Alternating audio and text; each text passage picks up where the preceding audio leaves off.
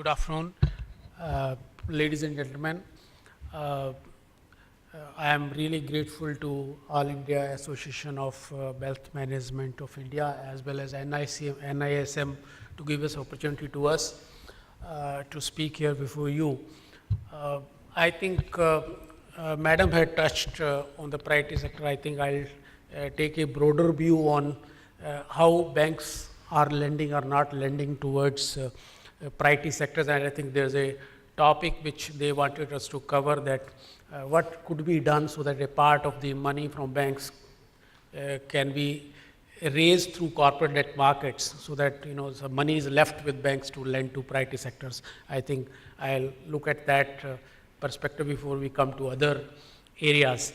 Now, if you look at scenario in India, if somebody needs money, he runs to a bank. There is hardly any corporate debt market.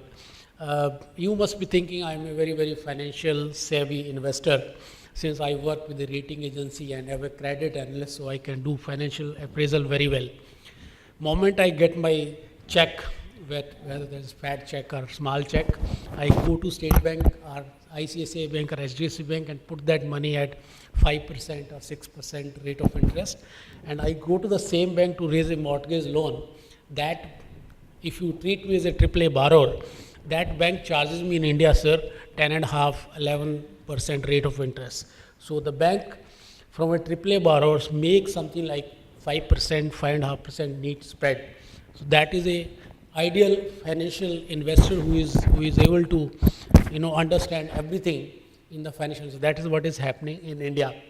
I don't think there are many places in the world, I'm not talking of Africa or very, very underdeveloped primitive financial markets, where banks can make 3.5% to 4% net spread, and that's what India is. India is providing that kind of environment.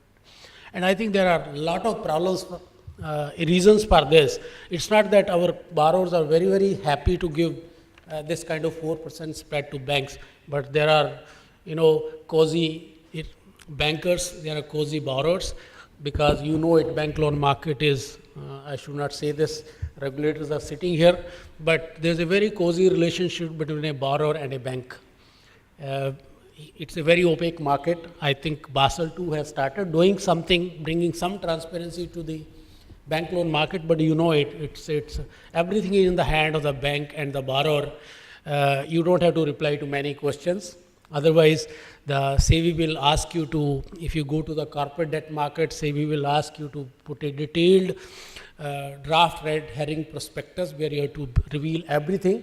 But to a bank, I don't think you need to do this, because bank has all the information on you with it, and it's almost private in character and nobody has access to this.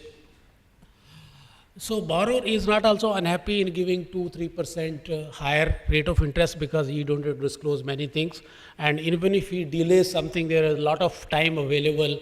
Even officially RBI allows NPAs 90 days, so he has 90 days to make good any liquidity mismatches if he has. Whereas a corporate debt market will make, the RBI will tell the rating agency that moment it's 1 rupee, 1 day delay, please put that NCD at default at D, whereas bank can enjoy 90 days penal interest 2 plus interest, but it's still a standard asset in banking parlance.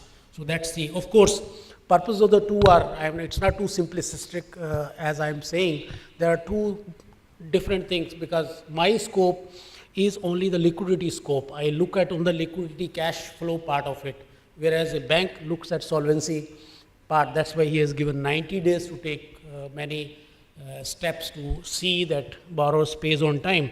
But this kind of cozy relationship between the banking and borrower community for a very long time, and that's why one of the biggest reason, you may say anything that there are no market makers, there's hardly any market or corporate debts, but the biggest reason is that borrowers are very happy to deal with banks, and banks are very happy to deal with providing bank loans to the borrowers. That's one main reason which is taking away.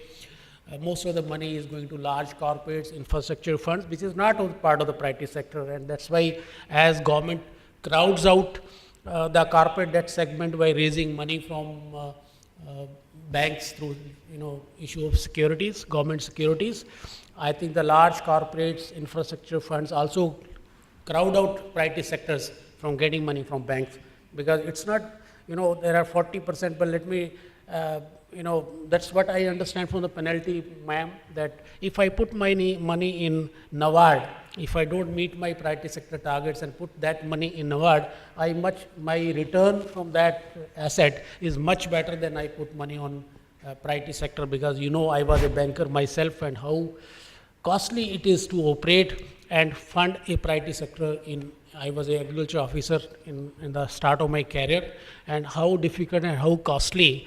You may, number one, you have to give direct agriculture loans or SSI loans at a low rate of interest. That's one. Secondly, transaction costs in these are very, very high. You have to have number of branches, you have to have number of field officers. And the third is value of the loan will be too small. So, transaction cost of a priority sector is much, much higher. And ultimately, banks don't pay any money. And, if I am public sector bank, there is hardly